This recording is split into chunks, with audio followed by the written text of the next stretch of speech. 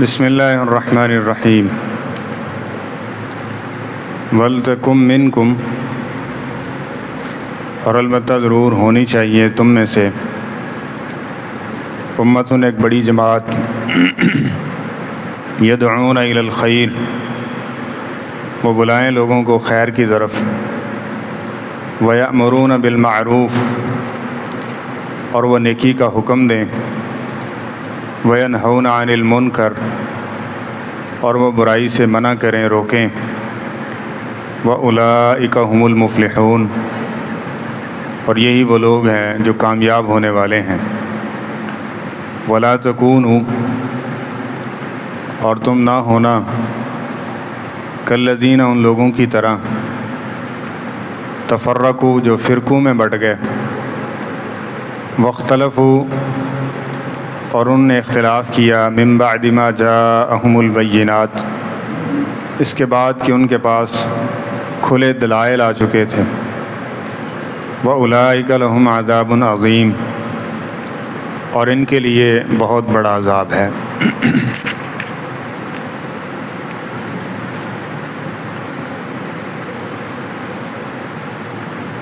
امر بالمعروف اور نہی عن المنکر یہ واجبات میں سے ہے، اور اس کی ادائیگی ضروری ہے، اور اس کی ادائیگی میں سستی یہ امت کو گمراہ کر سکتی ہے۔ امت کی اور فرد کی اصلاح کے لیے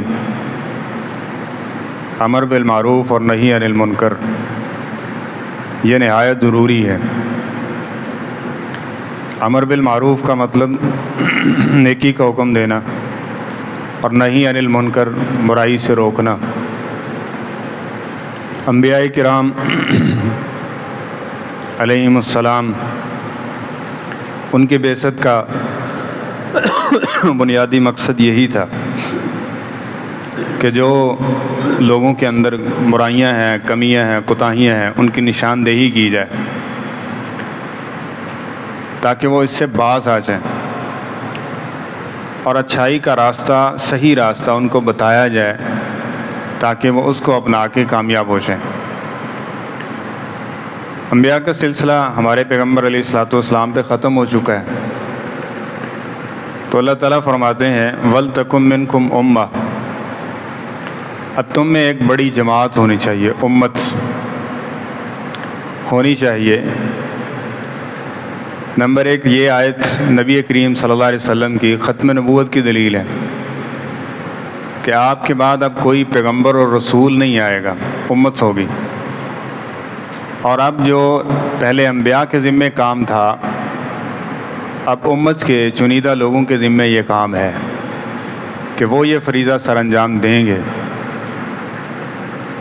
وہ کیا ہے کہ یدعون الی الخیر ویأمرون بالمعروف، لوگوں کو خیر کی طرف بلائیں، نیکی کی طرف دعوت دیں، اس کی ساری صورتیں جو قرآن و حدیث میں ذکر کر دی گئی ہیں۔ کبھی نیکی کی طرف بلانا انذار کے ساتھ ہے، ڈرانا جو نہی عن المنکر کہہ لیں، اور کبھی خوشخبری کے ساتھ ہے، ٹھیک ہے، کہ یہ کام کریں گے اس کا یہ اجر ہے۔ تو یدعون الی الخیر، خیر اور بھلائی کی دعوت دیتے رہنا، اور اس کے ساتھ یأمرون بالمعروف۔ اب یہ دو الگ الگ چیزیں ذکر کی گئیں۔ یدعون الی الخیر، اس سے مراد وہ اعمال ہیں جو فضائل پر مبنی ہیں، فضائل پر کہ آپ یہ کام کریں گے اس کی یہ فضیلت، 12 سنتیں پڑھ رہے ہیں اس کی یہ فضیلت ہے، جنت میں گھر تعمیر ہو رہا ہے، ظہر سے پہلے 4 پڑھ رہے ہیں، تہجد کا ثواب مل رہا ہے، یہ فضائل ہیں۔ ظہر کے بعد 4 پڑھتے ہیں مثلا تو اللہ تعالیٰ جہنم کی آگ حرام کر دیتا اس پہ، یہ فضائل ہیں۔ یہ کام کریں گے، لڑائی جھگڑا چھوڑ دیں گے، اللہ جنت میں گھر عطا کر دے گا، یعنی یہ فضائل۔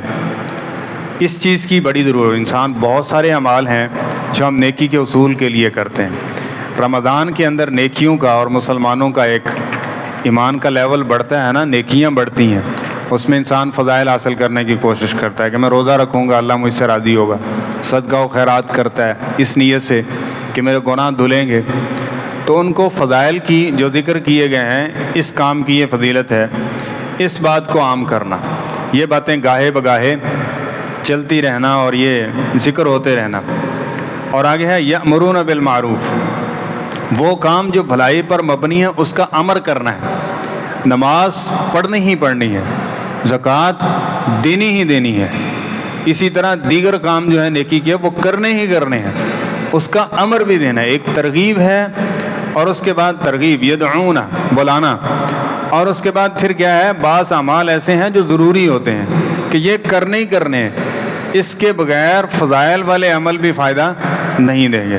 ایک آدمی ہے وہ فضائل والے کام کرتا ہے، یعنی صدقہ و خیرات کر لیا، بہت ساری نیکیاں اس کے پاس ہیں، لیکن نماز پڑھتا ہی نہیں ہے، نماز تو اس کی وہ نیکیاں کیا ہو گئیں، ضائع ہو گئی نا، اس لیے کہ اصل جو چیز تھی بنیاد وہ ہے ہی نہیں۔ تو اس چیز کا حکم دینا کہ یہ فرائض ہیں، ان کو پورا کرنا ضروری ہے، اور اس کے ساتھ وَيَنْهَوْنَ عَنِ الْمُنْكَرِ، صرف یہ نہیں فضائل کو اپنا لیں یا چند فرائض جو ہیں ان کو اپنا لیں تو بات مکمل ہو جائے گی، نہیں، بلکہ بات تب مکمل ہوگی جب برائی سے منع بھی کریں گے۔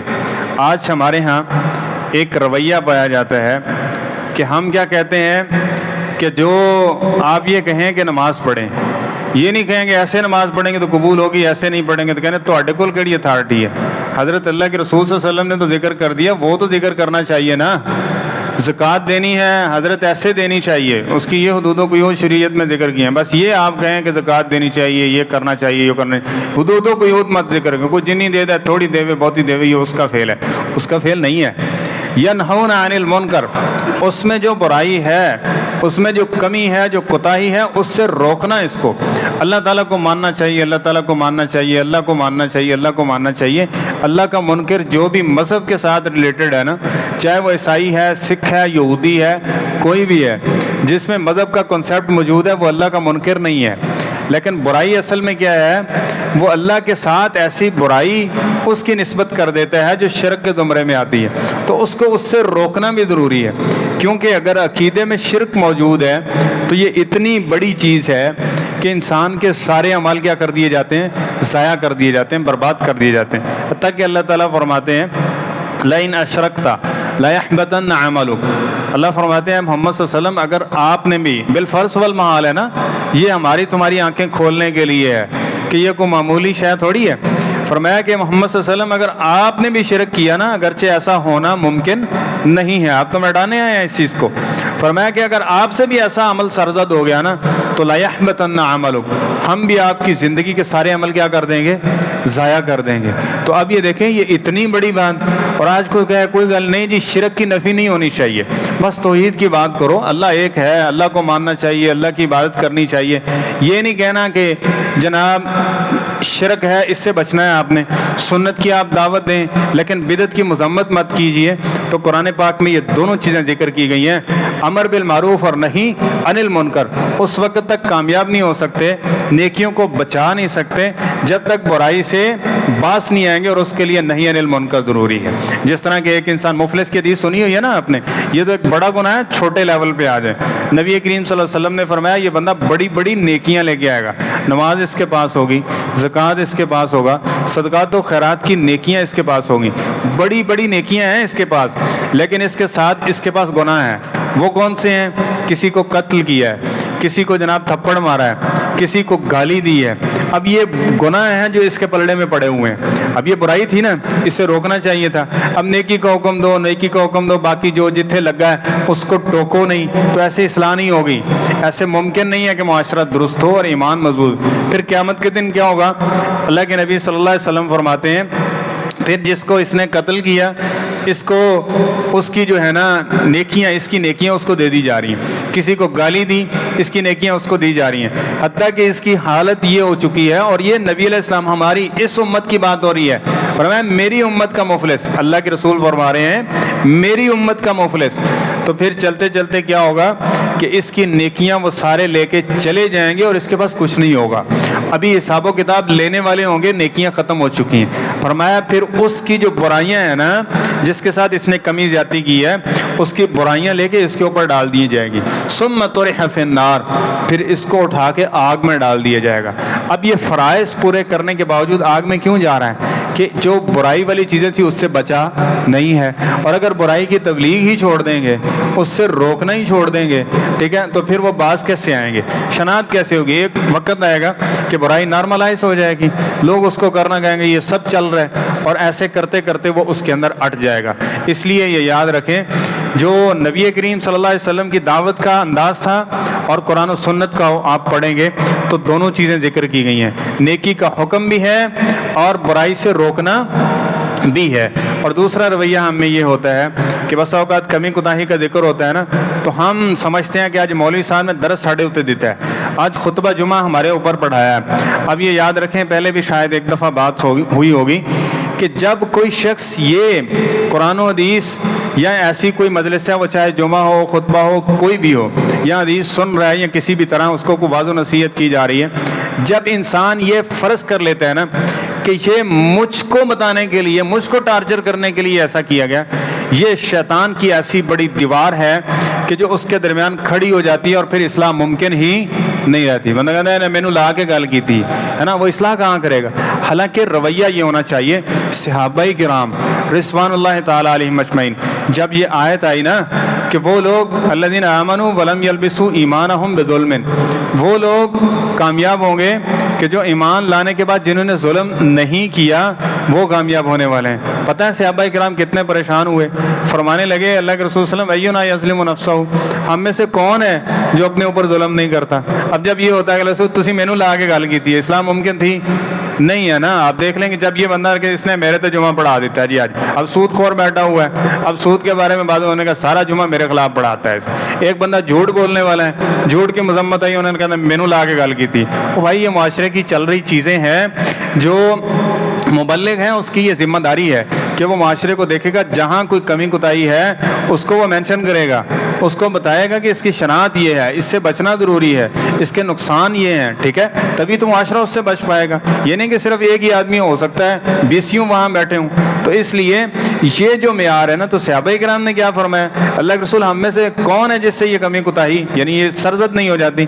فرمایا یہ نہیں ہے جو تم ٹینشن جس چیز کی لے رہے ہو نا، وہ نہیں ہے، اس سے مراد وہ ہے جو لقمان نے اپنے بیٹے سے کہا تھا علیہ السلام کہ ان الشرک لظلم عظیم، اس سے مراد شرک ہے کہ جس کے عقیدے کے اندر شرک شامل ہو گیا پھر بڑی سے بڑی نیکیاں بھی اس کو بخشوا یا بخشش کا ذریعہ اور سبب نہیں بن پائیں گی۔ یعنی صحابہ کا انداز کیا تھا؟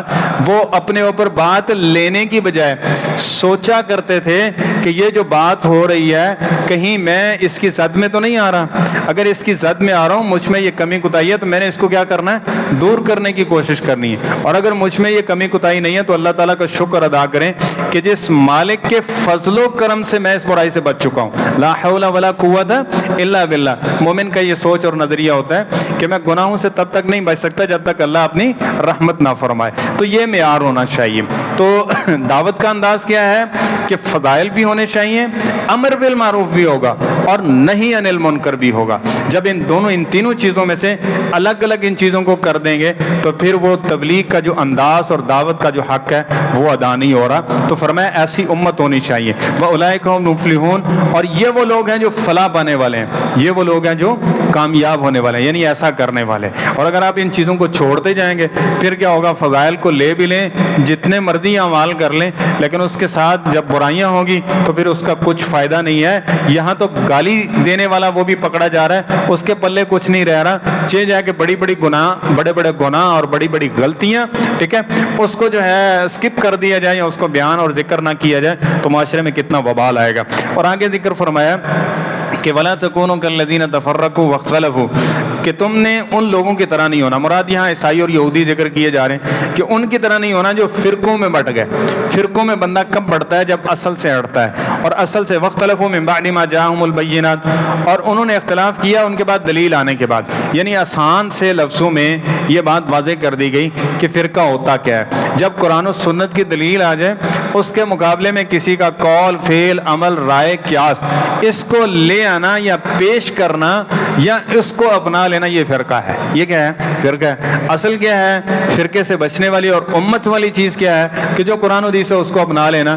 یہ امت کی بات ہے اور یہ فرقہ نہیں ہے, یہ جماعت ہے, یہ نبی کریم صلی اللہ علیہ وسلم کا دین ہے اور یہی مطلوب ہے. اور اس کو چھوڑ کے من بعد یہودیوں کا بیڑا غرق کیوں ہوا, عیسائی اس حد تک گمراہ کیوں ہوئے کہ اللہ کا غضب ان پہ نازل ہوا اور ان پہ ٹھپا اور مور لگا دی گئی کہ یہ اس دنیا کے بدترین یعنی گمراہ ترین لوگ ہیں. کیوں؟ کہ انہوں نے نبی کریم صلی اللہ علیہ وسلم نے مثال دی کہ وہ 72 فرقوں کے اندر ڈیوائیڈ ہو گیا, تقسیم ہو گیا. اپنی اپنی آراء ہیں, اپنی اپنی تفاسیر ہیں, اپنا اپنا انداز ہے اس کا. نہیں, اس کا مطلب یہ ہے تعویلیں کرتے کرتے یہاں تک پہنچ گئے, حتیٰ کہ پورا ایک آدمی جس نے تعویل ہو اس طرح کی بات چلائی, اب چلتے چلتے وہ پورا ایک گروہ بن چکا ہے, اور آج ہمارے ہاں اس چیز کو فخریہ ذکر کیا جاتا ہے. تو ہم کون ہو جی؟ ہوں مسلمان والا چکر وہ پہلے چلا گیا. وہ غیر مسلم پوچھے تو ہم کہہ سکتے ہیں ہم مسلمان ہیں. کہ مسلمان کو پوچھے تو کون ہے؟ میں فلاں کا اس کے پیچھے چلنے والا ہوں, میں نے فلاں کی بیعت کی ہوئی ہے, میں فلاں ہوں. ناموں کے ساتھ دیکھ لیں گے 36 نسبتیں. یہ نہیں ہے عرب کے اندر آپ جائیں گے تو وہاں القابات ہیں, قبیلے کے ہیں یا کوئی اور ہے, وہ القابات ہیں 2 4 5 لگائے ہوئے ہیں ناموں کے ساتھ. یہاں مذہبی طور پہ 25-30 لقب ساتھ میں لگائے ہوتے ہیں. کیا ہے؟ وہ اس کا بھی ہے, وہ اس کا بھی ہے, نسبت ادھر بھی ہے, ادھر بھی ہے. تو پھر اصل میں کیا ہوتا ہے؟ پھر ذکر کے بھی اس کے طریقے اپنائے جا رہے ہیں, لباس کے بھی اس کے طریقے اپنائے جا رہے ہیں, خوشی غمی بھی اسی طریقے سے چل رہی ہے. دین کیا ہے, سنت کیا ہے, اس کی پرواہ کوئی نہیں ہے. حتیٰ کہ پھر ایسے لوگوں کا یہ عملی طور پر دیکھا گیا, جب ان کے سامنے قرآن و حدیث آتا ہے تو حضرت وہ اپنی زبانوں سے یہ بات کہتے ہیں, مولوی صاحب قرآن پاک اپنے کول رکھو, اسی نہیں جے سننا, ہم ایسے قرآن کو نہیں مانتے.